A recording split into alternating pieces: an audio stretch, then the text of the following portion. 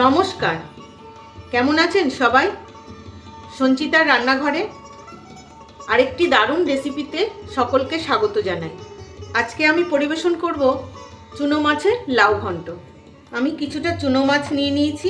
চুনো মাছটা খুব ভালো করে কেটে বেছে ধুয়ে নিয়েছি। এর মধ্যে দিয়ে দেবো লবণ আর দেবো অল্প হলুদ, দিয়ে আমি এটা মাখিয়ে নেব। এবার একটা মশলা করে নেব, সেই জন্য নিয়ে নিলাম মিক্সির বাটি। এর মধ্যে দিয়ে দিলাম 1 চামচ জিরে আর একটা শুকনো লঙ্কা।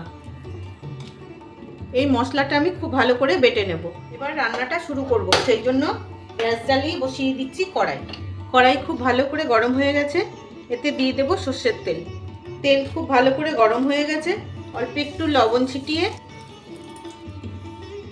দিয়ে দেব মাছ। একবারে ভাজবো না, দুবারে ভাগ করে ভাজবো। মাছের এপিঠটা ভাজা হয়ে গেছে, এবার একটু উল্টে দেব। খুব ভালো করে কড়া করে ভেজে নিয়েছি মচমচে করে। এবার মাছটা আমি তুলে নেব। এবার এই কটাও দিয়ে দেব।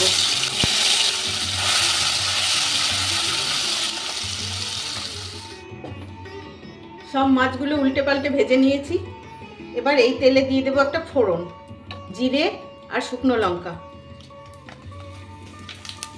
এবার দিয়ে দেবো একটা পেঁয়াজটা একটু ভেজে নেব। পেঁয়াজটা ভাজা হয়ে গেছে।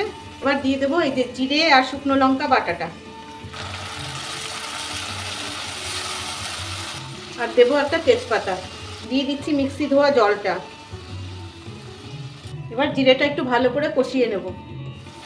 জিরে খুব ভালো করে সাঁতলানো হয়ে গেছে। এবার দিয়ে দেব লাউটা আমি একটু এরকম কুচো কুচো করে কেটে নিয়েছি।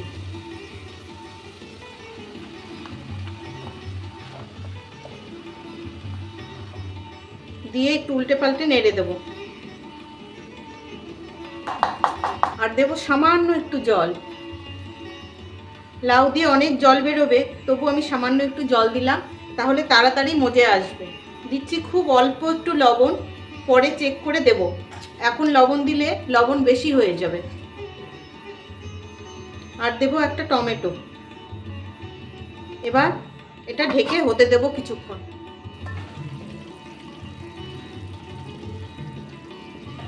লাউয়ের জল শুকিয়ে এসছে, লাউ সেদ্ধও হয়ে গেছে, এই দেখুন।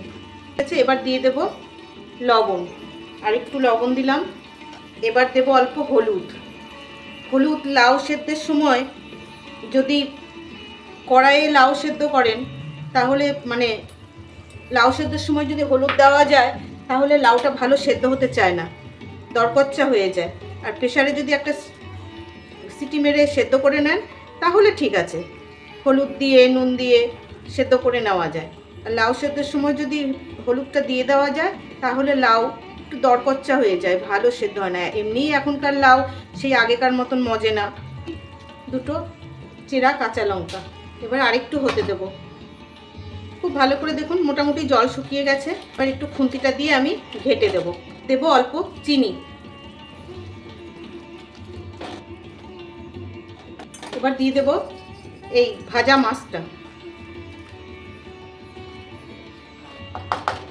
দিয়ে আরো মিনিট 3 আমি একটু রান্না করে নেব।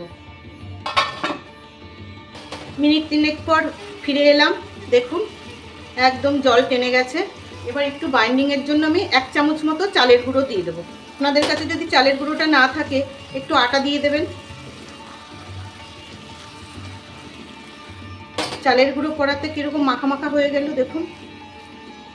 আর দিয়ে দেবো অল্প একটু ধনিয়া পাতা, আর দেবো 3টে কাঁচা লঙ্কা। আমি গোটাই দিলাম, না হলে ঝাল বেশি হয়ে যাবে। যদি আপনারা ঝাল বেশি খান, চিড়ে দেবেন, তাহলে গন্ধটা আরও ভালো বেরোয়। গোটাটা দিলাম পুরো গন্ধের জন্য।